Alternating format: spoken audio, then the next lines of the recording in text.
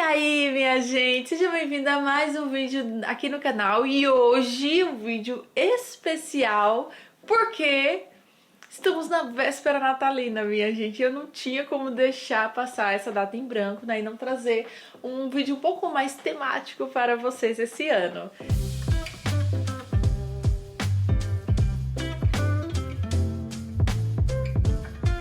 E no especial de Natal de hoje eu vou contar pra vocês como vocês podem iniciar o mestrado e doutorado de vocês em 2023 com o pé direito, gente. Vamos começar bem a nossa pós-graduação da melhor forma possível.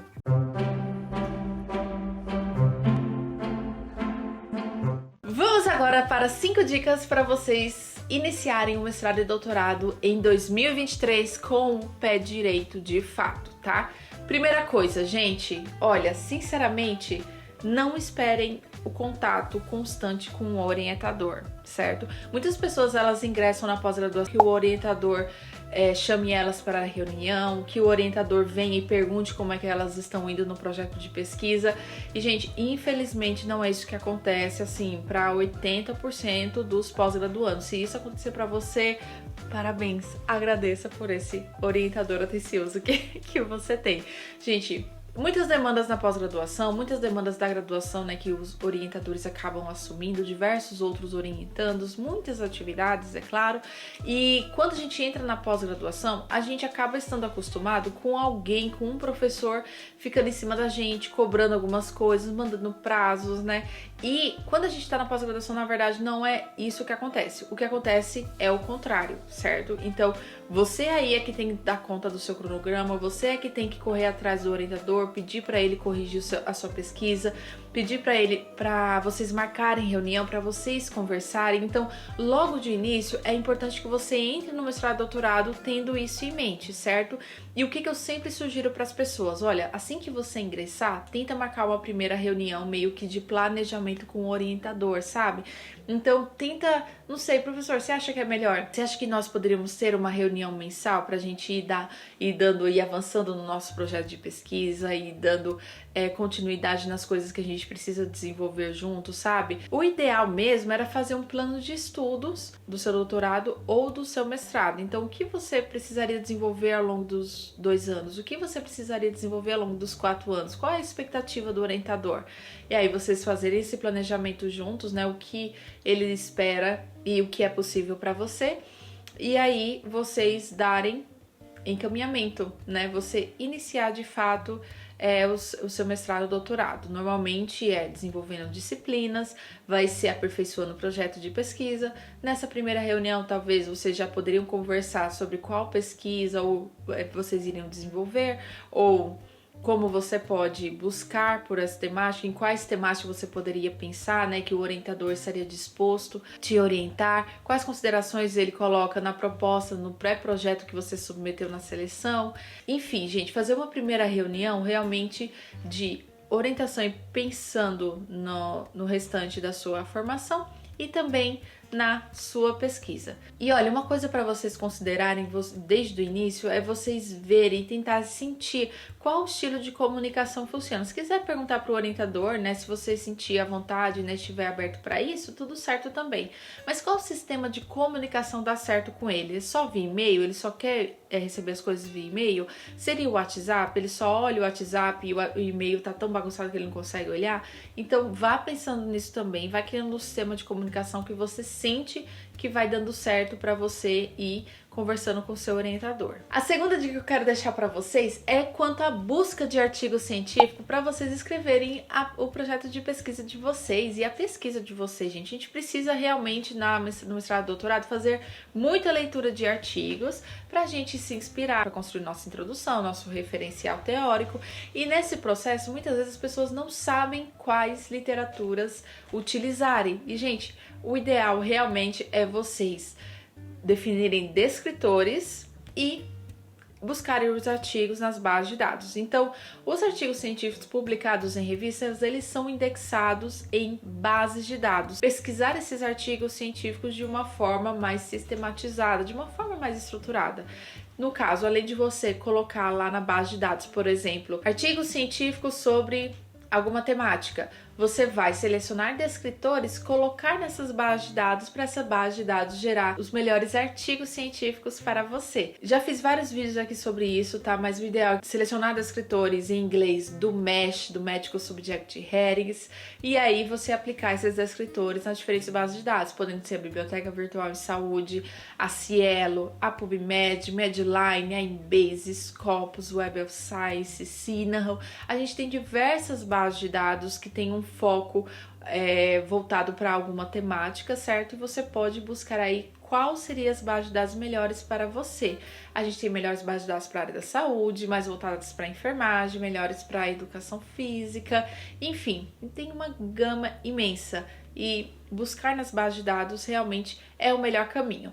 E aí, gente, nesse sentido, veja aí na sua universidade se você tem direito a acessar a base de dados assinadas por meio do Portal Café, né? Às vezes, a universidade tem assinatura com o portal de periódicos da CAPES, né? A gente consegue assinar artigos científicos pagos, como, por exemplo, a Web of Science, a Embase, a Scopus, Sinahal, a EBSCO, todas são bases de dados assinadas que gratuitamente a gente não consegue acessar, mas você tendo esse login como estudante da sua universidade pelo Portal Café, você consegue ter acesso a artigos científicos de muita boa qualidade. Então, para saber disso, manda um e-mail aí para sua coordenação, pergunta se você tem acesso, se você tem direito, se você tem um login e uma senha para acessar o Portal Café. Também já fiz um vídeo sobre isso, vou deixar linkado aqui em cima.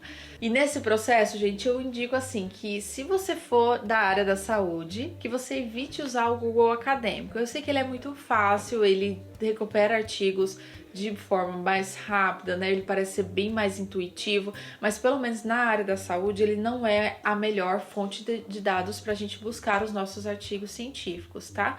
Então, evite utilizar o Google Acadêmico, escolha bases de dados mais conhecidas, mais científicas, mais rigorosas e também, gente, livros. Livros nem sempre são a melhor fonte da gente buscar e referenciar. Prefira a utilização de artigos científicos. É claro que se você a gente vai falando de teorias, de conceitos, né? Aí tudo bem a gente utilizar os livros.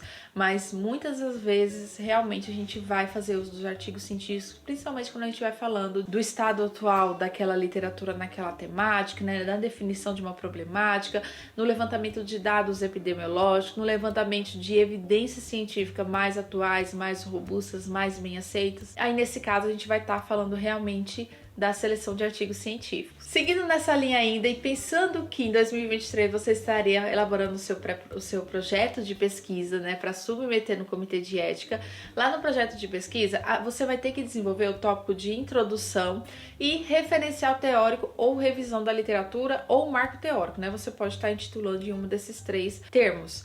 E, gente, muitas das pessoas, elas não sabem, mas você iniciar a sua pesquisa por esse tópico de referencial teórico, revisão de literatura, é muito melhor do que iniciar pela introdução. Na verdade, não é aconselhado a gente iniciar pela introdução. Por quê? Porque nesse momento da introdução a gente não tem uma ideia tão boa do que está sendo publicado, do estado da arte naquela temática. E a gente só vai ter essa ideia depois da gente desenvolver o tópico de revisão da literatura ou referencial teórico. Então, eu sugiro fortemente que você inicie pelo tópico de referencial teórico e aí você vai buscando artigos, você vai construindo seus tópicos do referencial e quando você for para a introdução, você já vai ter muito claro na sua mente quais são os conceitos que estão envolvidos na sua pesquisa, qual é o estado da arte de uma forma geral, sabe? O quanto o conhecimento científico que você está desenvolvendo avançou até agora e exatamente onde a sua pesquisa ela vai contribuir, no que a sua pesquisa vai contribuir, né? Qual é a problemática relacionada? Então, é super indicado que você inicie pelo referencial teórico e para depois você ir para a introdução, porque aí, quando você fizer a leitura dos artigos, você já consegue separando as melhores ideias, né, que vão embasar a sua problemática né, o seu racional e a justificativa para você estar desenvolvendo aquela pesquisa científica. E aí você já consegue ir para a introdução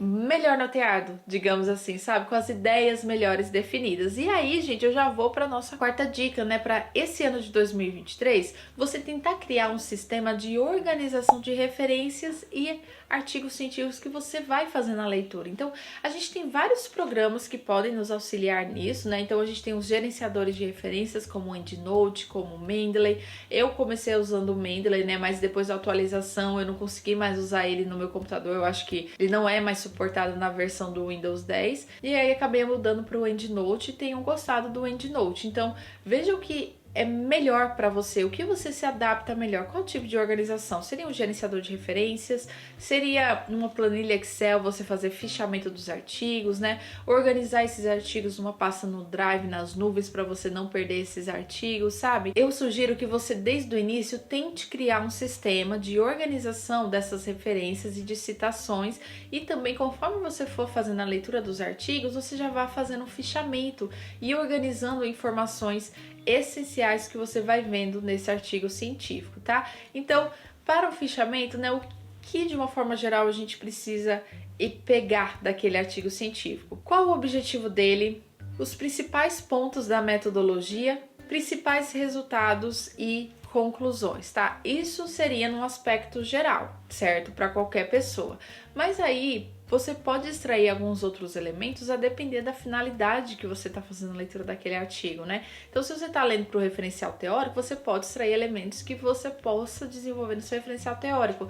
Como você ainda vai fazer a introdução, você já pode pegar ali alguns elementos, algumas ideias que você pode separar para construir a sua introdução, para embasar, né, a sua problemática, a justificativa que você vai ter que escrever. Então, tentar criar esse sistema desde o início seria perfeito para você. E, gente, está tudo bem também não conseguir desenvolver um sistema logo de início, né? Às vezes a gente tem muita pressão de tipo, tem que fazer perfeito desde o início, e não, você não vai conseguir fazer perfeito desde o início, né? Nem esse sistema e muito menos o seu projeto de pesquisa.